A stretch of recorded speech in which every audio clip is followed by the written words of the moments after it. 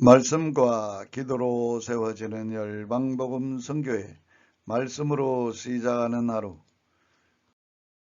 2023년 3월 16일 목요일 오늘의 말씀은 누가복음 4장 14절에서 44절 주제 예수님의 복음사역의 시작. 예수님의 복음사역은 어떤 일을 하셨습니까? 첫째, 성령의 권능으로 일하신 예수님. 예수님의 복음사역은 성령의 권능으로 말미암은 것입니다. 누구든지 성령이 임하면 권능을 받고 주님의 증거자가 됩니다. 성령의 인도하심을 받지 않고는 복음사역은 이루어질 수 없습니다. 우리의 신앙생활도 오직 성령의 인도하심을 받는 신앙생활이어야 합니다. 둘째, 배척받으신 예수님. 예수님은 그 고향이신 나사렛 회당에 들어가셨습니다. 예수님은 이사야서를 읽으셨습니다.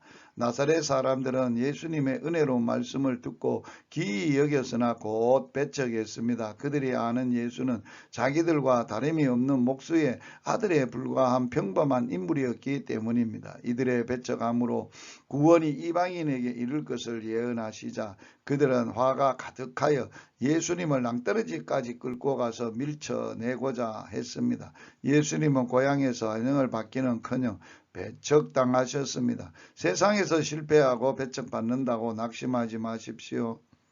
예수님이 복음사역도 어디서나 성공적인 것은 아니셨습니다. 예수님도 배척당하셨습니다. 예수님을 십자가에 못 박아 죽인 세상이 그 제자인 우리를 결코 좋아할 리 없지 않습니까? 셋째, 말씀을 가르치시는 예수님. 예수님은 말씀을 가르치셨습니다. 말씀은 영이요 곧 생명입니다. 주님의 말씀은 죽은 심령을 살리고 변화시키는 능력입니다. 그러므로 말씀을 전하시는 일이 예수님의 가장 중요한 복음사역이었습니다. 하나님의 살아있는 말씀을 듣지 못해 영적 기갈이 심한 백성들은 예수님의 말씀을 듣자 놀랐습니다. 말씀이 권세가 있었기 때문입니다. 예수님의 말씀은 왜 권세가 있었습니까? 예수님의 말씀은 인간이 지은 말이 아니라 하나님의 말씀이었기 때문입니다. 또한 예수님이 항상 온전히 하나님을 순종했기 때문에 예수님의 말씀은 하나님의 말씀이었습니다. 그러므로 예수님의 말씀에는 권세가 있었습니다. 넷째, 병든 자를 고치신 예수님. 예수님은 말씀을 가르치는 한편 병든 자를 돌보아 주셨습니다. 세상에는 정신이나 육체적 병든 자들이 많습니다. 수많은 사람들이 예수님께 몰려들었습니다. 예수님은 그들을 모두 영접해 주셨습니다. 불쌍히 여기사 일일이 고쳐주셨습니다. 예수님께 나온 자는 결코 내어쫓지 않으셨습니다. 본문을 통해서 예수님의 제자인 우리들이 해야 할 일이 무엇인지 깊이 깨닫고 실천할 수 있어야 하겠습니다. 다른 곳으로 가시는 예수님, 예수님의 소문이 나자 허다한 무리가 예수님을 찾아옵니다. 예수님의 인기가 높아집니다. 보통 사람 같으면 그곳에서 눌러 앉아 주의 종으로 대접받으며 권세를 부렸을 것입니다.